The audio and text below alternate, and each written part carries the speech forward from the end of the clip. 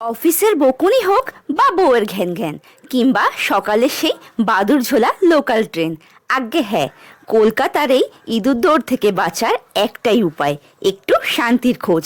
আর সেই শান্তি খুঁজতে আমরা আজ চলে এসেছি কলকাতার এভারগ্রিন রোমান্টিক ডেস্টিনেশন প্রিন্সেপ ঘাট। তো বন্ধুরা, সিট বেল্ট বেঁধে নিন, থুরি হেডফোনটা কানে লাগিয়ে নিন, কারণ আজকের ব্লগে প্রিন্সেপ ঘাটের ইতিহাস থেকে শুরু করে প্রেম, ফুচকা আর নৌকোবিহার সব কিছুর একটা জম্পেস ট্যুর হতে চলেছে।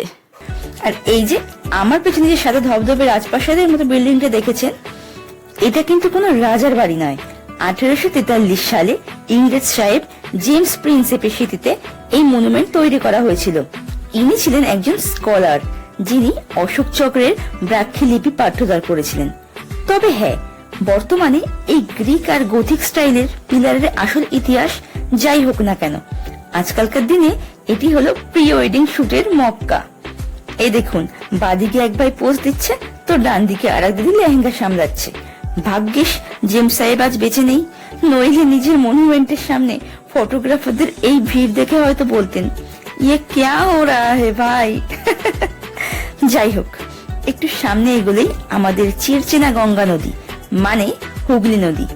আর তার ঠিক মাথার উপর দিয়ে চলে গেছে সেকেন্ড হুগলি ব্রিজ বা বিদ্যাসাগর সেতু। গঙ্গার পাড় ধরে এই যে বাঁধানো রাস্তাটা দেখছেন, একে বলে মিলেনিয়াম পার্ক এক্সটেনশন।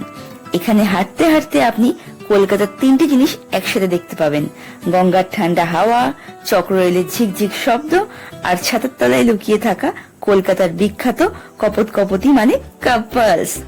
বিশ্বাস করুন, কলকাতার প্রেম আর প্রিন্সেপ ঘাট যেন ফুচকা আর তেঁতুল জল, একটা ছাড়া অন্যটা অসম্পূর্ণ। ও মাঝি রে, আচ্ছা গানটা আমি ভালো গাইতে পারি না ঠিকই, কিন্তু এখানকার মাঝিরা আপনাকে ঠিকই ভুলিয়ে ভালিয়ে নৌকায় তুলে নেবে।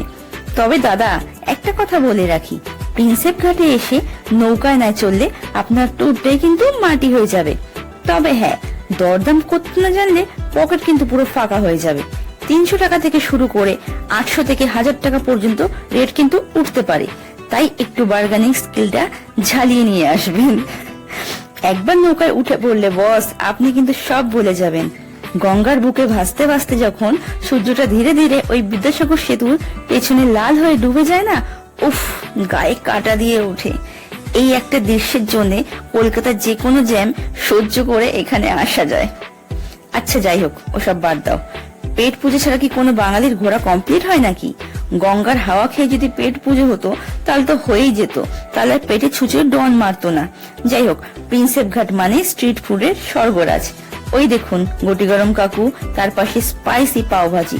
কিন্তু এসবের মাঝে আসল হিরো কে জানেন? আমাদের ফুচকা, টকটকে লাল তেঁতুল জল আর ঝালঝাল আলুর পুর, উফ অমৃত।